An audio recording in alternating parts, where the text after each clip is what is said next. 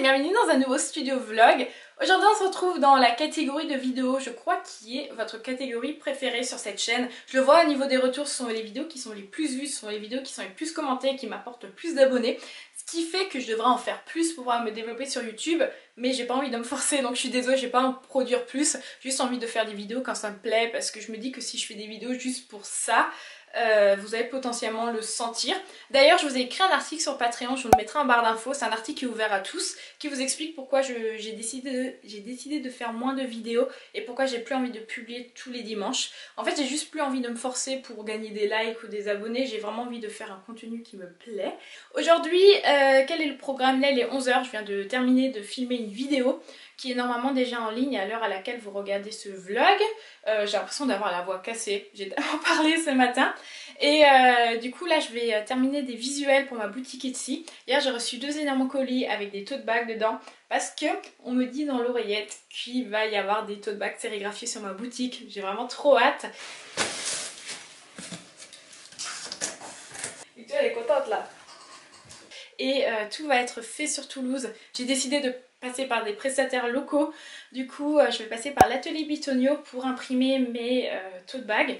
Là ce mercredi on va imprimer une première partie qui sera plus une collaboration en fait entre l'atelier et moi-même pour fêter leurs 1000 abonnés. Ça n'aura pas vraiment de rapport avec ma boutique Etsy, mais évidemment je vous emmène avec moi. Et lorsque je ferai vraiment les produits pour ma boutique, je vous emmènerai à nouveau avec moi, comme ça si vous êtes potentiellement intéressé par faire de la sérigraphie sur Toulouse, ça peut être intéressant pour vous. Donc on va faire ça aujourd'hui, on va faire beaucoup de visuels. Je pense que cette semaine je vais principalement la consacrer à ça. Ensuite je vais la consacrer à Patreon comme d'hab. Et voilà un petit peu pour le programme de cette semaine. Ce soir je vais voir mon père spirituel, Busy P.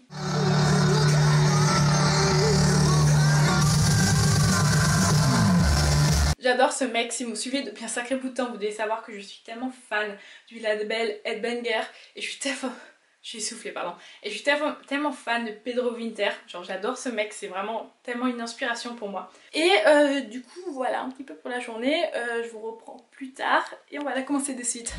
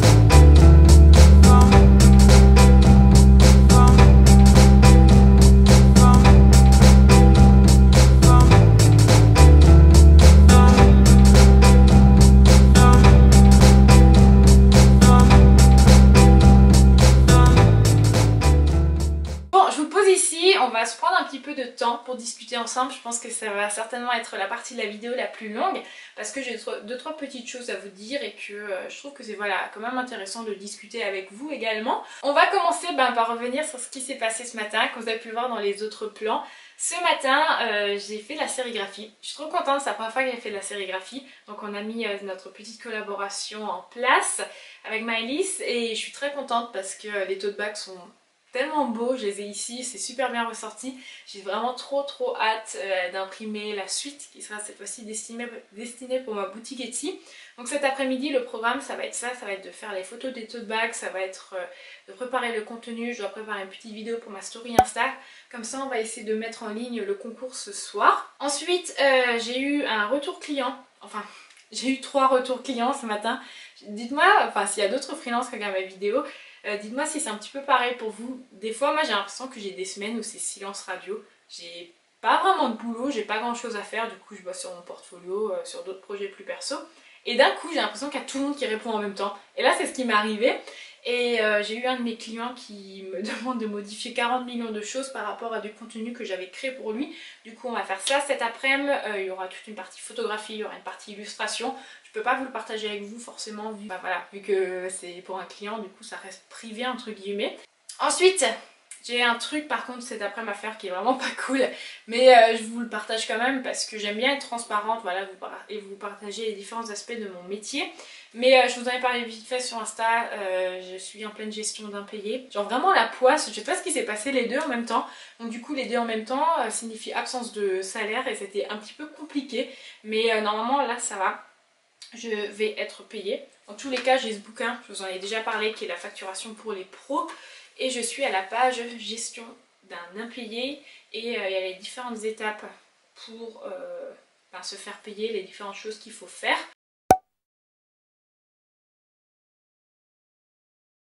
Je vais finir mon verre d'eau et on va aller bosser.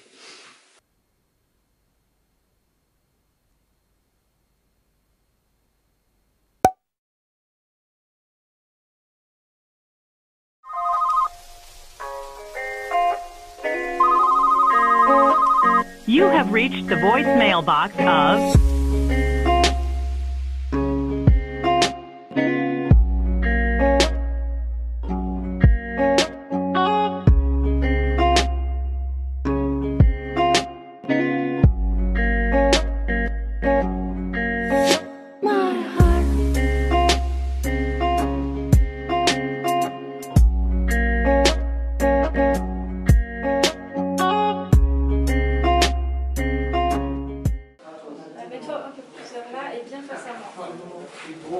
Ah mais ta main complètement, range-toi.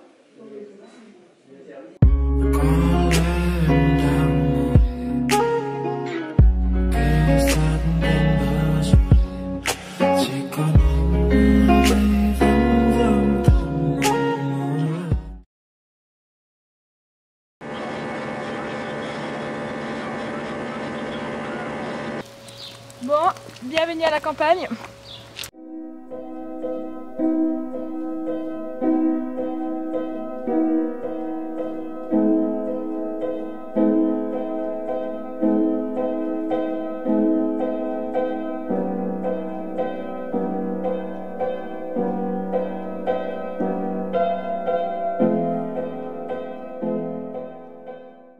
Aujourd'hui on se retrouve dans un studio vlog et on n'est pas à Toulouse aujourd'hui mais on est de retour en Alsace. Pour ceux qui me connaissent, vous savez que je suis alsacienne. Bon, je pense que ça s'entend très certainement à mon accent, mais en tout cas voilà, j'ai grandi dans un petit village ici et je suis de retour à la maison pour quelques temps. À la base j'étais là pour une fête de famille et puis j'ai décidé de ne pas prendre de billets retour, comme ça je peux vraiment essayer de profiter de toute ma famille, de tous mes amis, parce que c'est vrai que généralement je suis toujours là en coup de vent à cause du boulot ou même lorsque j'ai des vacances.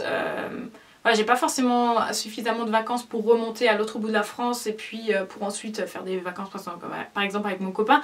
Donc c'est vrai que je vois pas ma famille plus que ça. Et je me suis dit que j'ai quand même l'avantage d'avoir un métier que je peux pratiquer partout. C'est-à-dire, là j'ai bossé avant sur mon ordi, il me faut juste une connexion internet, donc on s'en fiche un petit peu du lieu. Donc du coup j'ai rendez-vous demain début d'après-midi à Strasbourg. Je vais prendre en photo deux d'entre vous et je prendrai du coup le train demain matin et je pense que je vous emmènerai avec moi. Ça va être plutôt cool, ça va être une très bonne journée. Hier je me suis entraînée dans la photo avec ma petite sœur. On a fait un petit peu une sorte de Ugly Location Challenge. Je sais pas si vous connaissez le truc. En clair tu vas dans des endroits qui sont moches ou du moins qui sont pas forcément esthétiquement plaisants et tu essaies de rendre cet endroit cool. Et hier on était à une fête de famille et puis ils avaient une sorte de petite dépendance dans le jardin. C'est vrai que la dépendance elle n'est pas encore aménagée et tout et c'est vraiment figé dans le temps en fait, c'est figé dans les années 60-70 et tout le mobilier c'est du mobilier en formica, les couleurs elles sont vraiment flashy et le carrelage, enfin tout fait vraiment très vintage et c'est pas forcément beau. C'est pas forcément le genre d'endroit où t'irais pour aller faire un shooting quoi. Et en fait t'avais des fenêtres en bois et t'avais des sortes de rideaux en dentelle un petit peu et j'ai dit à ma soeur, je sais pas pourquoi ça m'inspire trop, mets-toi une fois en dessous et on va essayer de te prendre en photo.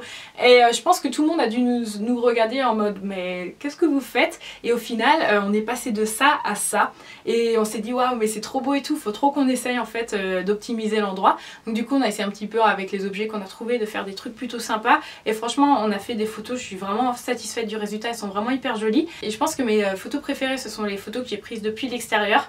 J'ai décidé de sortir de l'endroit et de me placer devant la fenêtre et je me suis dit qu'avec l'ouverture de l'objectif il y a peut-être moyen de faire des trucs avec des bokeh et tout et franchement on passe de ça genre d'une fenêtre complètement random où t'as pas envie de faire des photos à un truc plutôt sympa et franchement c'était trop bien et là je me suis dit bon, j'ai trop envie de faire de la photo et c'est reparti donc je suis trop contente. Donc là c'est parti, nouvelle petite activité, nouveaux objectifs et c'est trop chouette.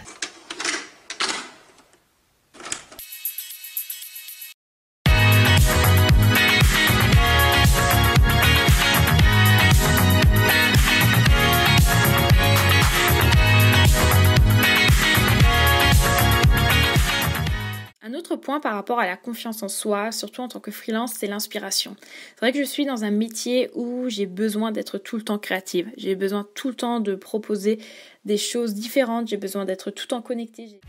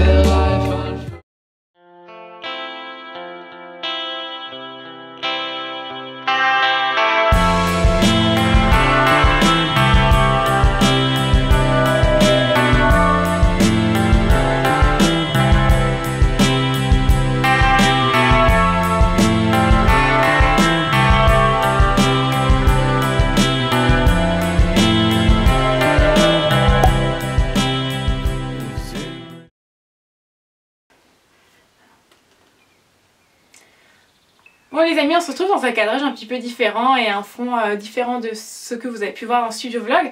Mais j'ai envie de faire une pause autoportrait parce que j'ai envie de partager avec vous mon processus créatif.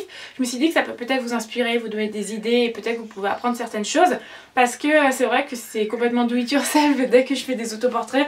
J'ai pas de fond, j'ai pas une caméra professionnelle. D'ailleurs mon objectif il m'a coûté 40 €. Enfin c'est vraiment un petit peu du bricolage mais au final je trouve que le rendu il est vraiment hyper intéressant et je me dis que ça peut peut-être vous donner des des idées si vous n'avez pas forcément beaucoup de budget ou même si vous galérez un petit peu avec l'inspiration. Du coup on va filmer ça ensemble.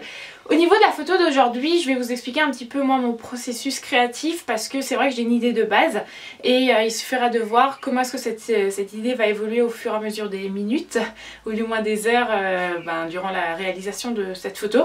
C'est vrai que j'ai beaucoup de questions par rapport à l'inspiration, je vous recommande d'aller voir ma vidéo autour de l'inspiration que j'ai publiée il n'y a pas trop longtemps. J'essaie de m'imaginer la photo finale mais entre ce que je m'imagine dans ma tête et ce que vous allez voir à la fin, il y a genre un énorme fossé et c'est ça qui est hyper intéressant parce que c'est au fur et à mesure des expérimentations que je peux voir si les choses fonctionnent ou pas et que surtout je peux découvrir d'autres choses. Au niveau du maquillage, j'ai récemment enregistré ces photos sur Pinterest et j'aimerais bien faire quelque chose d'un petit peu géométrique avec des lignes sur mon visage. En fait moi je m'imagine ma photo comme ça, que je me mette de profil et que je pose comme ça et que je fasse peut-être des choses avec mes mains à voir.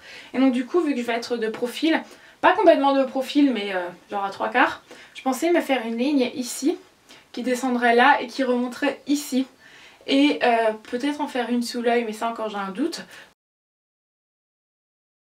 Bon je me rapproche de la caméra, j'ai pas encore fait mon teint mais je ferai mon teint complètement à la fin parce que je pense que je vais juste enlever, enfin je vais mettre un petit peu de concealer sur mes boutons ici et peut-être à la limite un peu sur mes cernes. Je me maquille vraiment très peu le teint pour les photos également. Pourtant vous avez l'impression que j'ai une peau hyper lisse et pourtant je retouche pas des masses Photoshop. C'est juste que je me mets toujours en face d'une source de lumière. Là j'ai ma fenêtre qui est en face et je surexpose toujours légèrement la photo et c'est vrai que ça fait déjà un travail de fou au niveau des défauts. Et puis ensuite voilà, il suffit juste que je mette un petit peu de fond de teint sur 2-3 boutons et puis honnêtement j'ai pas besoin après de repasser sous Photoshop. Quand j'étais plus jeune, je me souviens quand j'étais à la fac ou même au lycée, je me retouchais à mort parce que j'aimais trop le rendu genre photo de magazine.